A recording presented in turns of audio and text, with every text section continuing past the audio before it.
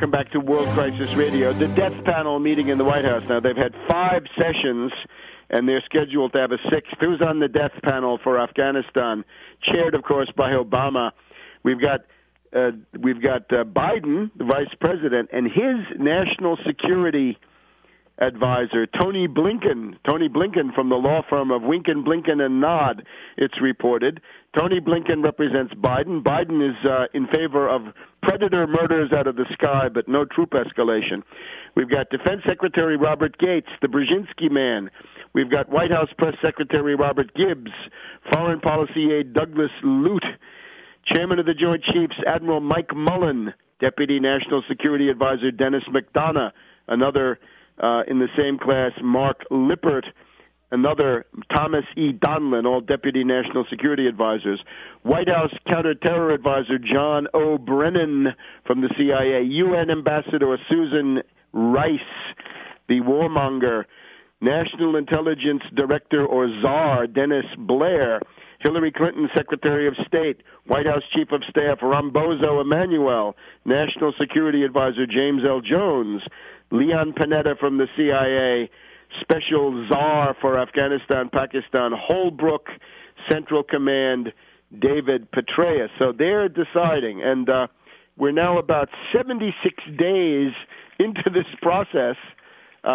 Obviously, all of the defects of imperialism on display here. In particular, if you want to be a fascist, you got to make decisions relatively fast. Decisionism is one word that was applied to Mussolini. I guess we don't have that in the current version. Obama has indeed, of course, in the background, even while they're talking, sent 13,000 more in. Obama's attempts to get troops from the Europeans have basically been a failure. He's gotten at most 4,000 troops. This was the Charm Offensive. The Messiah, the Anointed One, went to Europe, 4,000. Now, one of these, though, is Gordon Brown. Gordon Brown, in a pompous, strutting speech in the House of Commons, has offered 500, hold on to your hats, 500 more British, presumably these Gherkin mercenaries that they have from somewhere in Asia. If Gordon Brown says, if other NATO countries go along, we'll send these 500. That brings the British up to 9,500. You can see what they're doing. Gordon Brown is trying to get the U.S. committed to a debacle and quagmire in Afghanistan. It reminds me of Robert Granger Kerr Thompson, the advisor to President Diem and indeed then to Johnson in the Vietnam War, who wanted to get the U.S. involved as revenge for Suez and all these other issues of resentment. So Obama is stalling. It's thought that McChrystal has requested 40,000 more, but we don't know that. It could be 60,000 more, 80,000 more have been discussed on various television programs.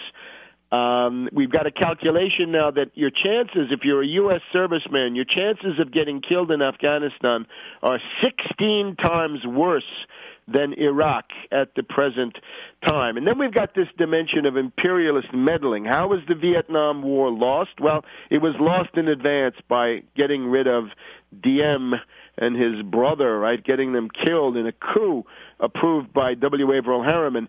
Now we've got Karzai on the road to Diemization. And this is in the form of this constant carping about the so-called election. I mean, if you want to be an imperialist, be one, but they've got to do it with elections. So they say that Peter Galbraith was right. There was widespread fraud, and his boss at the UN was wrong. That guy, a Scandinavian, has got to he's had to go to Canossa and say that, yes, there was terrible fraud. So there's now going to be a second round, more instability, more chaos, and so forth. Related stories. Hillary Clinton went to Moscow trying to rope the Russians, to dupe the Russians into participating in increased sanctions, a new round of sanctions against Iran, and they have said no, not at this time, meaning no. That's from Putin and from Lavrov. Russian diplomacy. Russians are worried now. The U.S. is talking to the Ukraine about sites for ABM radar. That's dangerous. U.S. Patriot missiles. This is a sop for the Poles after Obama announced that he wouldn't be putting the ABMs into Poland. A Patriot missile battalion arrives in Poland early in 2010, early next year. Russian diplomacy very active. Putin has received the visit of the Sultan of Brunei, who used to be a complete U.S. puppet, actually a puppet of even Oliver North back in the day. Putin has been in China, coming back with $3.5 billion in concrete economic deals and also various kinds of strategic discussions, to be sure. And we're also in the aftermath of intensive diplomacy between Russia and Venezuela. So this is all going on. Washington Post attacks Berlusconi. On October 13th, Anne Applebaum, whose usual specialty is anti-Russian editorial screeds, attacks La Dolce Berlusconi. Well, bad Italian grammar and bad idea. This is all the idea that Berlusconi is an unspeakable scandal. In the middle of it, though, she lets the cat out of the bag. Much like Berlusconi's friend, Vladimir Putin, Berlusconi doesn't try to exert influence over all the media, just over the media that reach the majority, in other words, television. So the issue with Berlusconi remains that he is the most engaged with Russia.